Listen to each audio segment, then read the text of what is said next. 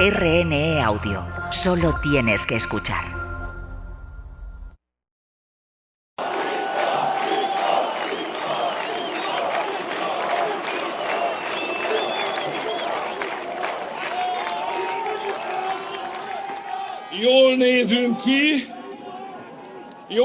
Algunos creen que Viktor Orbán es nuestro profeta, casi es como una religión. La política se ha convertido en una religión y ya no hablamos sobre hechos, más bien sobre emociones.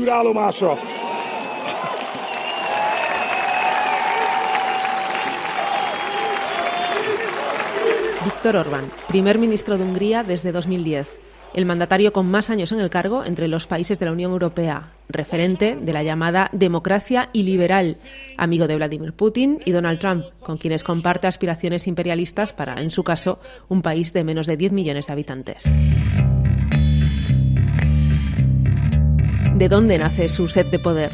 ¿Su espíritu ultranacionalista? ¿Cuáles son sus orígenes? ¿Su evolución a lo largo de los años? Las claves de su largo mandato.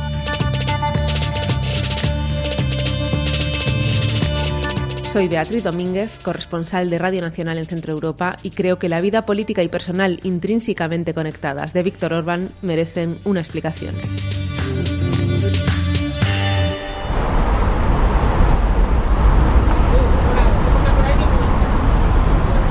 Plaza de los Héroes, Budapest, febrero de 2026. Cae la tarde y a la vista varios grupos de turistas de diferentes nacionalidades pasean y se hacen fotos en uno de los puntos más emblemáticos de la ciudad. The base of the history of Hungary. El pasado glorioso, así la historia, pero de verdad que no, el significado de la plaza no lo conocíamos, íbamos a buscar. A lo mejor los fundadores de Hungría, no sé. By accident, I actually came to the square, but seems interesting. Actually, we are using ChatGPT. Pocos sabían de la historia de este lugar que empezó a construirse a finales del siglo XIX para exaltar la identidad nacional húngara, a sus líderes y fundadores. Pero la Plaza de los Héroes de Budapest fue también epicentro de un momento decisivo en la historia reciente de Hungría y el despegue político de Viktor Orbán. A las 8:25 nos asomamos a la actualidad del exterior en el Diario de la Tarde. En Budapest ha sido enterrado esta tarde definitivamente el que fue primer ministro de Hungría en 1956 cuando se produjo la invasión soviética. Imre Nagy. Plaza de los Héroes, Budapest, junio de 1989. Más de 200.000 personas asisten al reentierro solemne del ex primer ministro Imre Nagy, ejecutado tras la Revolución Húngara del 56 y señalado como traidor por el régimen comunista. Un acto de reparación histórica y el fin simbólico de ese régimen en el país magiar. Uno de los discursos más significativos lo dio un joven Viktor Orbán, entonces prácticamente desconocido, que reclamaba elecciones libres y democracia congeladas en el tiempo durante décadas. Polgártársak, az orosz megszállás és a kommunista diktatúra 40 évvel ezelőtt történt bevezetése óta. Viktor Orbán, junto a un grupo de estudiantes, había fundado un año antes la Alianza de Jóvenes Demócratas, conocida como Fidesz. En septiembre del 89 se trasladó a Inglaterra con una beca de la Fundación de George Soros. El filántropo multimillonario húngaro-estadounidense acabaría convirtiéndose en su némesis, pero entonces financiaba los estudios en los que Orbán se empapó de la historia del liberalismo inglés. Volvió unos meses después, a principios de 1990. El muro de Berlín ya había sido derribado y con él el colapso del sistema comunista. Orbán quería estar ahí, quería participar en la construcción de la nueva Hungría, todavía como joven liberal. Él le interesaba principalmente por el poder, siempre. Edith Inotay es doctora en Relaciones Internacionales y trabaja en el Centro para la Integración Euroatlántica y la Democracia. Y mucho menos las ideologías. Y escogió siempre una ideología que le ayudara a mantener el poder.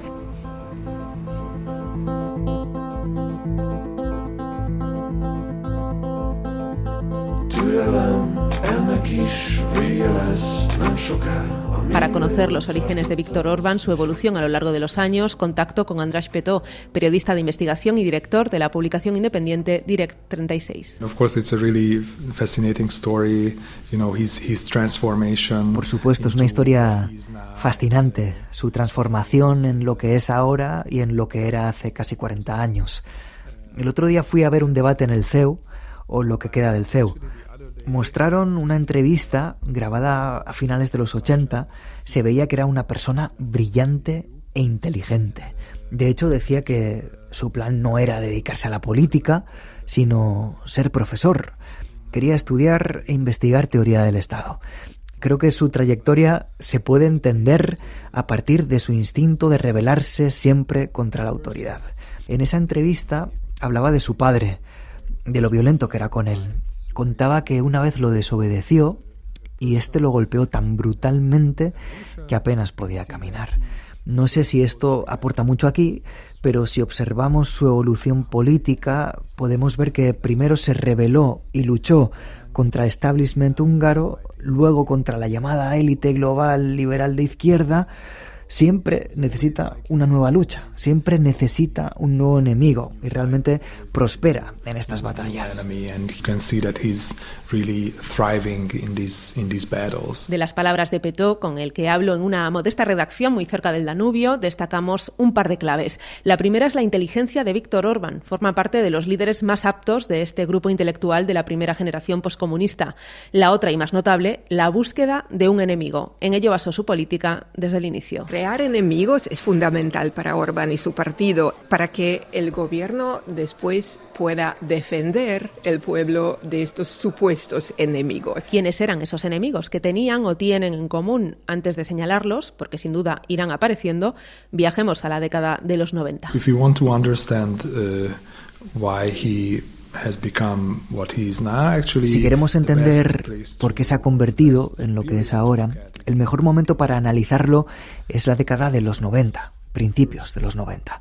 Fue entonces cuando se produjo la primera parte de la transformación. Él empezó con su partido, Fidesz, como un partido liberal. Hungría tenía entonces un gobierno conservador que se enfrentó a todo tipo de dificultades y se volvieron impopulares rápidamente. Mientras que el Fidesz era el partido más popular en las encuestas. La prensa liberal dominante los adoraba, a esos jóvenes políticos liberales. Pero Orbán empezó a llevar a su partido hacia una dirección más conservadora y perdió ese apoyo. La prensa y los intelectuales liberales se volvieron mucho más críticos con él y en las elecciones del 94 apenas lograron entrar en el Parlamento. Fue un fracaso enorme para él y culpó de ese fracaso no a sus decisiones políticas, sino a la prensa, a los intelectuales, a la élite urbana de Budapest. Así que la lección que aprendió de eso es que si quiero triunfar como político, tengo que enfrentarme a esta élite liberal de izquierda.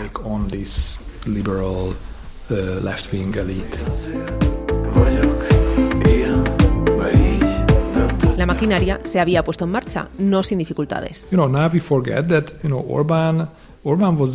Ahora olvidamos que Orbán fue rechazado por los votantes en varias ocasiones. Fue primer ministro entre el 98 y el 2002 y luego perdió. Fue una derrota inesperada y sorprendente. Volvió a perder en 2006. Ese fue prácticamente el final de su carrera. Incluso algunos miembros de su propio partido se volvieron contra él y expresaron públicamente que no podían volver a presentarse a las elecciones con Orbán.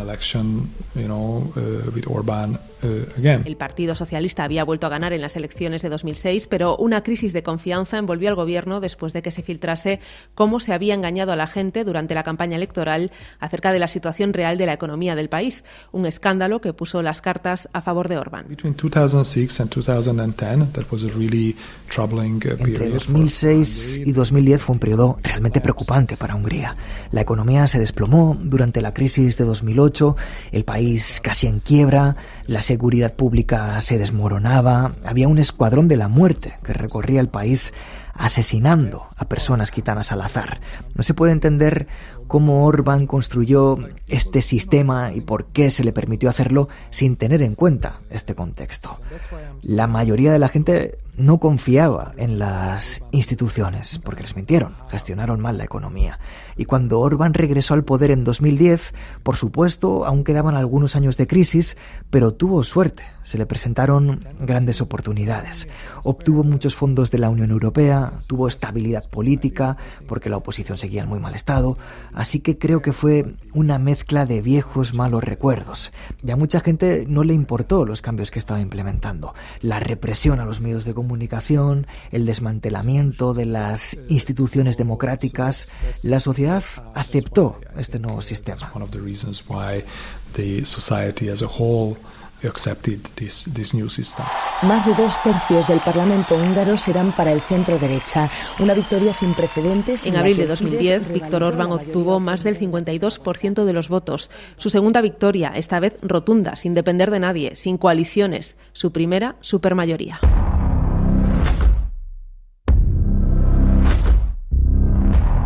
Dos meses después de ganar en las urnas, en una entrevista concedida al canal del Partido Popular Europeo, grupo que acabaría abandonando en plena evolución extremista, habló de sus planes al frente del gobierno.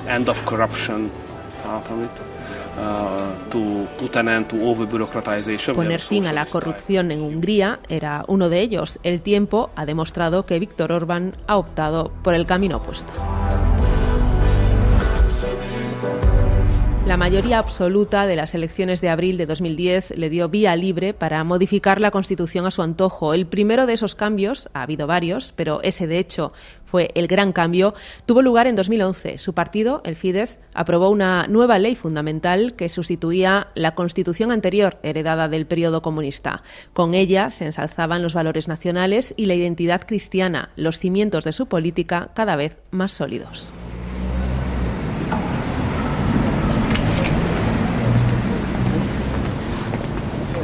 En el número 15 de la calle Nador de Budapest se encuentra el edificio de la Universidad CEU, que solo coincide en el nombre con la española. La Universidad Central Europea fue fundada en 1991 por George Soros tras la caída del comunismo en Europa del Este, con el fin de promover la democracia y el pensamiento crítico. Soros había becado a Orbán en Inglaterra, siendo este un joven estudiante, y acabó convirtiéndose en uno de sus archienemigos y foco de sus ataques. Su antítesis ideológica: liberalismo contra ultranacionalismo. Hello. Hi. Allí me encuentro con el político y psicólogo social Peter Krekó, director del Centro de Análisis Político Political Capital. He is, in a sense, part of a broader trend. Él es, en esencia, parte de una tendencia más amplia. Se considera uno de los primeros populistas de nuestro tiempo. Definitivamente vemos una tendencia hacia la recesión democrática y un ascenso de la extrema derecha. AfD en Alemania, Vox en España, Chega, Agrupación Nacional. En los países más grandes de la Unión Europea, estos partidos lideran las encuestas y Orbán precedió este ascenso.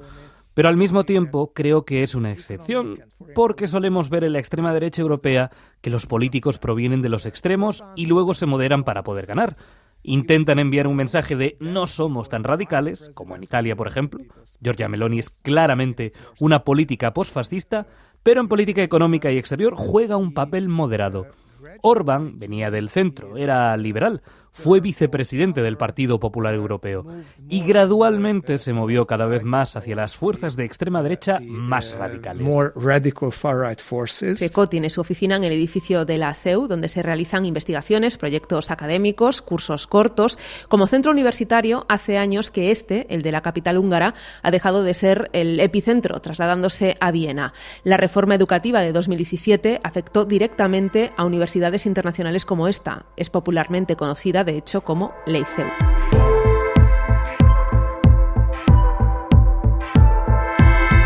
En el año 2020, el Tribunal de Justicia de la Unión Europea dictaminó que la normativa violaba las normas comunitarias de libertad académica y libre prestación de servicios. El bloqueo a la Universidad de Soros era ilegal, pero para entonces la CEU ya se había trasladado a Viena. Ejemplo más de los ataques que el gobierno de Viktor Orbán ha estado llevando a cabo contra el Estado de Derecho en los últimos años y que han derivado en numerosos conflictos con Bruselas, otro de sus grandes enemigos. Hungría se ha convertido en un laboratorio de la posverdad, nos cuenta Krekó.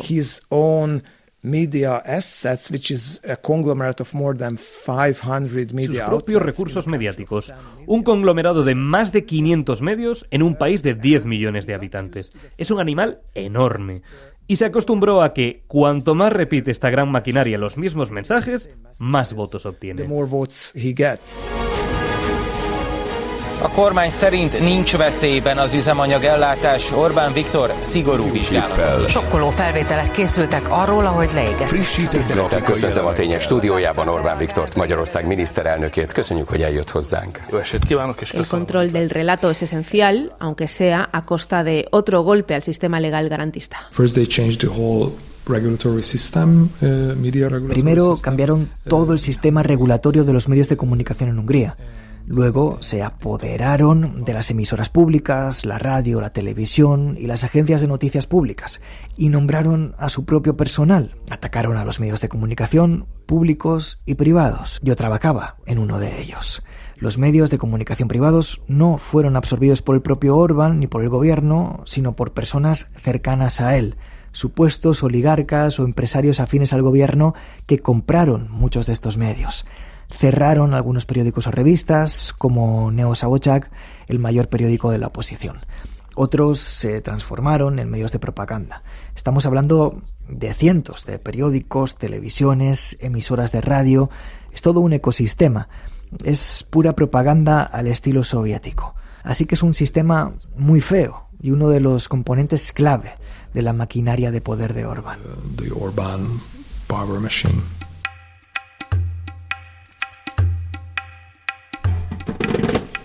Tiene el canal para difundir el mensaje, los discursos de odio y miedo, infundir uno a través del otro.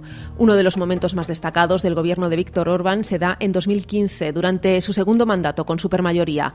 Con la llamada crisis de los refugiados, más de 1 millón de personas llegaron a Europa por rutas irregulares y Hungría se convirtió en un punto clave de paso. Se tomaron entonces decisiones que agrandaron todavía más la brecha que separaba a su ejecutivo del Estado de Derecho y la tensión con Bruselas se agravaba. My name is Anikó Bakonyi. I work for the Hungarian Helsinki Committee. Anikó Bakonyi es la directora del programa de refugiados del Comité Húngaro de Helsinki, ONG que vigila el cumplimiento de los derechos fundamentales. So I would say that the first posters that were put all Diría que los primeros carteles aparecieron en 2015.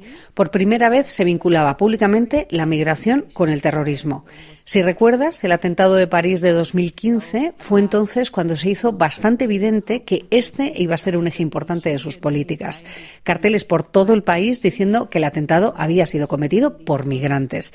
Creo que ese fue un punto de partida muy fuerte para sus políticas. And I think that's a very strong start for his policies. Ese mismo año, el gobierno húngaro ordena construir una valla en la frontera con Serbia. A lo largo de 175 kilómetros, una doble alambrada de espino bloquea el acceso de personas refugiadas.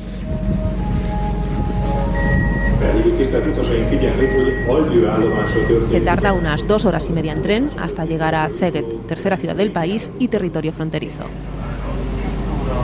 Allí se encuentra el despacho de Timea Kovács, una de las abogadas que colaboró con el Comité Húngaro de Helsinki en los momentos más críticos de la llegada de refugiados. La comisaría estaba abarrotada de gente y no había suficiente personal para gestionar la situación. Llegaban 200, 300 o 400 personas en una noche. Había preocupación por lo que estaba pasando, pero incluso cuando la comunicación del gobierno se volvía más xenófoba, la gente aquí quería ayudar. Les llevaban comida, ropa, lo que fuera. Llegaban muy cansados. Muchos de ellos estaban traumatizados y les preocupaba lo que sucedería si las acciones del gobierno cambiaban y no podían trasladarse a otros países. Así que querían llegar al otro país lo antes posible. Al principio podían moverse fácilmente porque ya estaban en el espacio Schengen. Ir desde el centro de Szeged a alguna de las localidades donde se ha levantado la valla no es sencillo en transporte público. En coche se llega en una media hora a Sotalom. Allí se encuentra uno de los pasos fronterizos.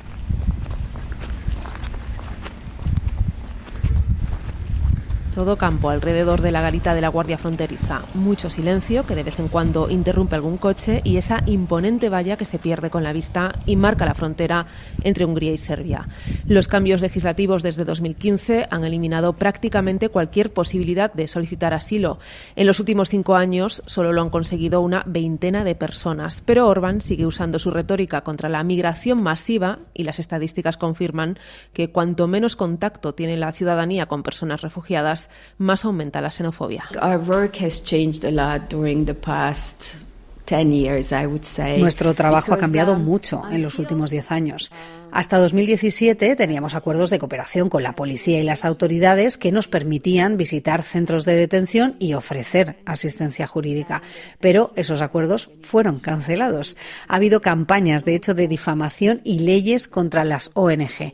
Hemos tenido que encontrar nuevas formas para poder trabajar en esas condiciones y ha sido difícil, tengo que confesar, pero seguimos adelante porque creo que el objetivo de esas campañas es disuadirnos y la mejor forma de resistir es continuar trabajando, cuidar del bienestar del equipo y seguir trabajando, porque en este clima los refugiados, los migrantes son todavía más vulnerables y nuestra asistencia médica y legal es más necesaria que nunca. No hay tantas entidades que puedan ofrecer este tipo de apoyo.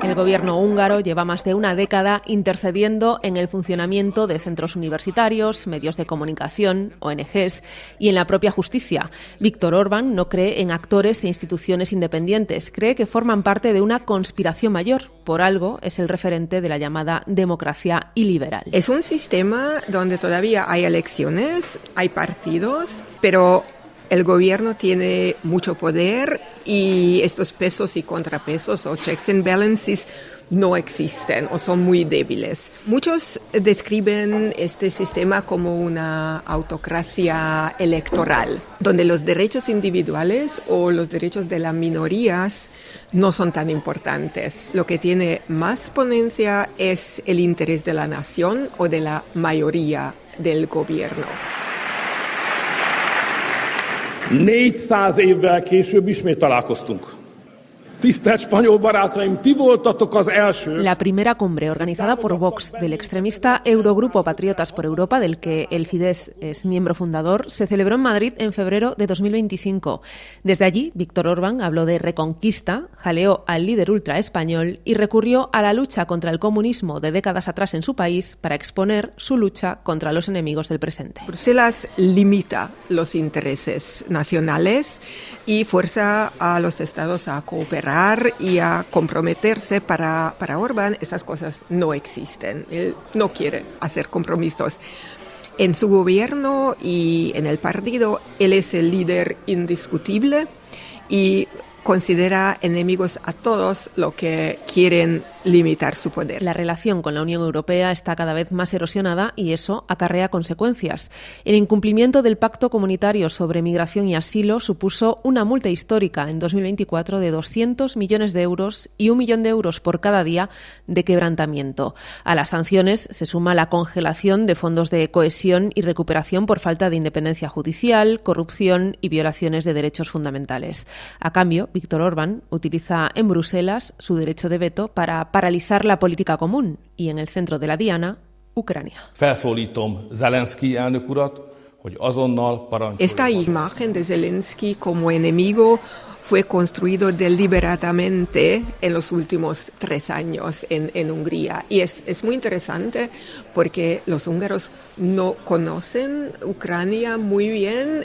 Puedes vender todo tipo de narrativa, que la guerra puede llegar a Hungría, puede ser involucrada en la guerra y nosotros tendríamos que mandar soldados, que no es algo planeado en Bruselas, pero es algo que puede ponerse como un peligro para la sociedad húngara. Y claro, estos mensajes contra Ucrania son muy bien recibidos en Moscú y también sirven para debilitar la Unión Europea. Y salió Moscú a colación. El gobierno húngaro, más cerca de ser un agente ruso con acusaciones y evidencias de espionaje incluidas que un socio comunitario.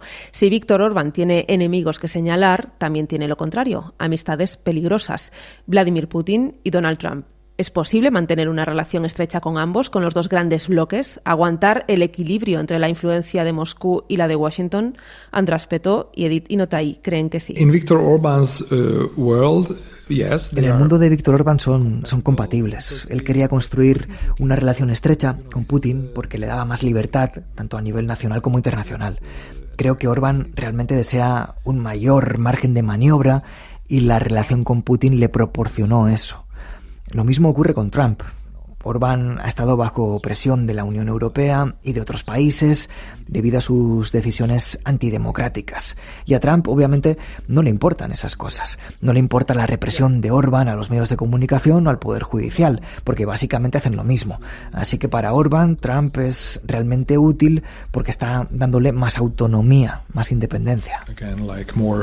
Giving him more autonomy, more independence. Con Moscú la relación de Orbán es más bien pragmática. Compramos mucha energía de Rusia todavía, pero creo que respeta y quizás también envidia un poco a Putin por su poder sin límites. Con Trump ellos comparten una visión similar, una visión nostálgica de un mundo blanco, cristiano, tradicional. Creo que él disfruta su papel en la política internacional, que él es mucho más importante que un líder de un país de 10 millones. El problema es que tiene realmente más que ver con su ego y no beneficia mucho el país. La batalla cultural, basada en un mundo blanco cristiano tradicional, marca también las políticas sociales del gobierno húngaro.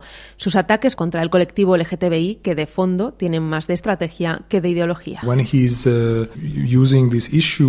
Cuando aborda estos temas también lo hace por cálculo político. Orbán entiende que Hungría siempre ha sido en general un país conservador. Budapest es más progresista, pero si vas al campo, a los pueblos más pequeños el panorama es muy diferente. No es algo muy especial, también pasa en otros países. Y dado que su base de apoyo está en el campo y representa a la mayoría de la población húngara, para él estas decisiones son bastante lógicas. El Fidesz no tiene un largo historial de homofobia o anti-LGTBI. Creo que sobre la marcha se dan cuenta de que pueden ser útiles para una campaña política. Son decisiones muy cínicas y fríamente calculadas. Analizan los datos y ven si las políticas anti-LGTBI son populares entre su electorado. Podría ser un buen tema de campaña. Entonces, hazlo porque funciona. Yeah, okay, let's do it because it works. Estrategia política y estrategia económica. A lo largo de su mandato, un patrón de funcionamiento del poder de Viktor Orbán ha sido el del clientelismo. A su alrededor ha creado un universo de oligarcas, personas cercanas a él que se han enriquecido con miles de millones de euros a base de contratos estatales. Muchos de ellos financiados con fondos comunitarios, infraestructuras públicas, agricultura, finanzas, pero también en el mundo del fútbol.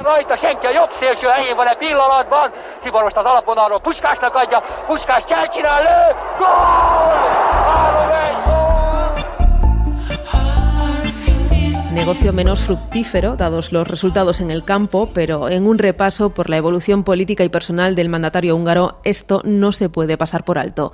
Desde que llegó al poder en 2010, se han construido o renovado más de una treintena de estadios en el país. El más grande de todos, el Puskás Arena, de Budapest. Muchos de los clubes están financiados o dirigidos por amigos o empresarios afines, y la llamada Ley Tao, vigente desde 2011, permite a las empresas desviar parte de sus impuestos a apoyar un club deportivo. Dinero público que acaba en empresas privadas. Football is a personal obsession for Orbán. El fútbol es una obsesión personal para Orbán. Fue futbolista profesional, jugó en algunas categorías inferiores, incluso durante su primer mandato como primer ministro entre el 98 y el 2002, si mal no recuerdo, seguía participando en los entrenamientos con regularidad. Parecía un hombre muy atlético. Claro, eso también ha cambiado ahora. El fútbol es un buen ejemplo de que en este país todo depende de una sola persona, de sus deseos y anhelos personales. Si no estuviera tan obsesionado con el fútbol, no creo que hubiera tantos estadios nuevos en Hungría, incluido el de Felsud. I don't think you would see so many new stadiums in Hungary, including the one in Felsud. Felsud, a menos de 50 kilómetros al oeste de Budapest, es el pueblo de la infancia de Viktor Orbán y el ejemplo más flagrante de esta corruptela futbolística. Allí mandó construir el primero de los campos que se levantarían a lo largo de estos años, justo en la acera de enfrente de su casita de fin de semana, un estadio con capacidad para 3.800 personas en una localidad de menos de 2.000 habitantes. Algunos días entre semana se organizan visitas guiadas por 1.800 forintos, unos 4,5 euros.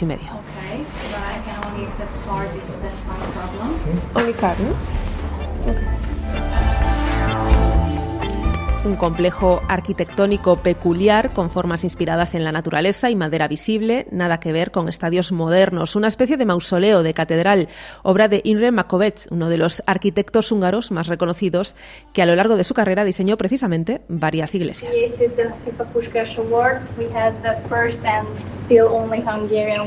Las instalaciones incluyen además una academia para la formación de la cantera, de nuevo sin mucho éxito. El equipo en primera división se compone sobre todo y paradójicamente de jugadores extranjeros. Su nombre, Puskás Academia, bautizado así por el jugador más emblemático de la historia del fútbol húngaro. El nombre del campo, Pancho Arena, el apodo que le pusieron a Ferenc Puskás durante su etapa en el Real Madrid. Este acoso de Luis del Sol va a facilitar a Puskás la consecución del tercer gol madridista. Menú de izquierda luce Pancho Puskás. Y en esas instalaciones las vitrinas exponen cientos de objetos y recuerdos del jugador de la época dorada de la selección húngara, que Orbán anhela, y de la época en el Madrid, un museo dedicado a alguien que nunca ha pisado ese campo. This is an absurd situation because Puskás we don't know if he has ever been. Es muy absurdo porque no sabemos ni siquiera si Puskás estuvo alguna vez en Felsud. Ni siquiera creo que oyera hablar alguna vez de Felsud, pero Orbán estaba muy obsesionado con Puskás, la leyenda, y de alguna manera convenció a la familia. El sueño del señor Orbán era crear la próxima gran generación del fútbol húngaro. Pál Daniel Reñies, autor del libro Fútbol y Poder en el mundo de Orbán. Ahí es donde está, ese es su santuario. Creo que es un buen lugar para verlo. Yo he estado un par de veces allí y de alguna forma es como un templo para él. Su casa está al lado del estadio y suele ver los partidos solo. A menudo se le ve completamente solo, de pie en las gradas. Le gusta porque eso le da el espíritu. Tiene una forma muy absurda de entender el fútbol. Es un lobo solitario viendo un deporte de equipo. Creo que toda esa idea de invertir el dinero ahí, en el fútbol, se debe a que no es capaz de entender qué rol asumir, porque siempre quiso ser futbolista profesional, pero nunca llegó a tener mucho éxito.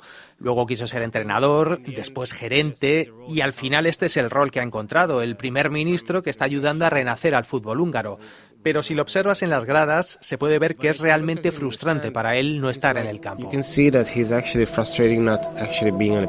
Lawrence Misaros es el presidente del Puskás Academia, fontanero de formación reconvertido a empresario, fue alcalde de Felsud por Fidesz de 2011 a 2018, un amigo de la infancia de Viktor Orbán y ahora también el hombre más rico de Hungría. ¿Casualidad? Seguramente no. His popularity is decreasing. And I think one of the reasons is this. Su popularidad ha ido disminuyendo y creo que una de las razones es esta. Hungría ha recibido muchos fondos de la Unión Europea, ha tenido muchos recursos durante los últimos 10 o 15 años y en realidad no se han usado para los fines adecuados. Así que la gente está enfadada por eso, porque construyó estadios en lugar de hospitales, escuelas o, no sé, instituciones científicas. Creo que esto es normal, es muy humano. Cuando hay crecimiento económico puedes pensar, bueno, ¿por qué construir un estadio? No lo necesitamos, pero no te importa tanto porque te va bien. Pero en el momento en que el crecimiento se acaba, no tienes dinero y de hecho estás sufriendo, entonces te preguntas, ¿por qué construiste estadios? ¿Por qué no invertiste en otras instituciones? Eso es lo que está pasando ahora mismo. Ahora la gente ha empezado a enfadarse. Hungría registró una de las inflaciones más altas de la Unión Europea poco después de la pandemia, llegando a superar el 20%. Desde entonces, su economía se encuentra estancada. Orbán no tiene ningún conocimiento de la economía. Y desgraciadamente muchos políticos o muchos asesores tampoco. Creo que ni siquiera creen en libre mercado. Y la narrativa o la propaganda del gobierno siempre dice que Europa está en decline. Y es mucho peor, ¿no? Afuera, entonces tú tienes que quedar aquí en Hungría porque por lo menos nuestro gobierno te protege de todos los retos que hay en el mundo. Estos 16 años de Orbán fueron una oportunidad enorme para el país y este gobierno no pudo utilizar. Por eso estoy muy enfadada porque se trata de mi vida, se trata de la vida de mi hija, de mi familia. Las escuelas son un desastre. El currículum es como si en los años 70 o 60 La sanidad pública, pues te vas a los hospitales para morir prácticamente. Todos van al sector privado si tienes el dinero. En Direct 36, el medio independiente que dirige András Petó, han realizado en los últimos años 2 documentales. El último, La trampa, indaga precisamente en esa malversación de los fondos públicos y comunitarios. A este le precedió Dinastía, sobre cómo muchos miembros de la familia de Viktor Orbán se enriquecieron gracias al dinero público. And actually this is a story that is not, this didn't start in 2010. Realmente esta historia no empezó en 2010, es una historia más larga. La política y los negocios se han entrelazado casi desde el principio. Por ejemplo, a principios de los 90, su padre recibió ayuda de amigos de Orbán y personas relacionadas con el partido para fundar su propio negocio. Y más tarde documentamos cómo ese negocio se involucró en algunos proyectos estatales importantes, también con financiación pública. Y luego, por supuesto, documentamos el ascenso de su yerno, esposo de su hija, Rachel Orbán, que ha construido un imperio empresarial enorme, propietario de numerosos hoteles de lujo y otras propiedades en Budapest, además de un banco y otros negocios. Una de las lecciones que aprendió Orbán a principios de los 90 fue que para gobernar y controlar un país no basta con ganar las elecciones y tener poder político. También se necesita poder económico. En un país de 10 millones de habitantes, cuenta con más de 4 millones de reproducciones en YouTube, plataforma no controlada por el gobierno, y se ha convertido en el contenido sobre asuntos públicos más visto de Hungría. Viktor Orbán, el hombre que quiso ser futbolista, profesor, académico, pero que ha acabado gobernando el país, permitidme la licencia, casi como una monarquía absolutista. Su sueño, al fin y al cabo, es recuperar esa gran Hungría perdida tras la Primera Gran Guerra. I think Orbán, and this is something that I heard Creo que Orbán, y esto es algo que escuché hace años, recuerdo haber tenido conversaciones con personas cercanas a Orbán en 2018 que ya me decían que no estaba interesado en la política nacional. De hecho, nunca lo estuvo realmente. Creo que no ha disfrutado mucho gobernando. Disfruta las campañas, disfruta mucho cuando hay una pelea, cuando tiene un verdadero rival. Pero no es el tipo de persona a la que le guste centrarse en políticas sanitarias o lo que sea. Le gusta mucho estar en la mesa con Donald Trump o Vladimir Putin, crear una gran crisis en las cumbres de la Unión Europea, ese tipo de juegos. Y sin embargo, Orbán, que hace tiempo que relaciona a Fidesz con Estado, no parece imaginarse fuera del poder. La pregunta es si se lo imaginan las húngaras y los húngaros y si lo harán realidad. A vipera, ügyelek a részletekre, sokan mondták, szüleid válnak, és az apád hondát vesz, mindent porrá tör, aztán porrá tesz, és a vége egyszer majd az halak korlát lesz. Kötött belehalok, milyen szabad ország ez, anyámnak írok, és semest, és az Orbán lesz. Ja, amerre én járok, arra bámul a világ, vakok között állok, és elárul a világ. Irigylik, és semmit meg a papír koronát, Maugli a nevem, rátok küldöm Bagirát. Amerre én járok, arra bámul a világ. Vakok között állok, és elárul a világ. Irigylik, és semmit meg a papír koronát. Maugli a nevem, rátok küldöm Bagirát.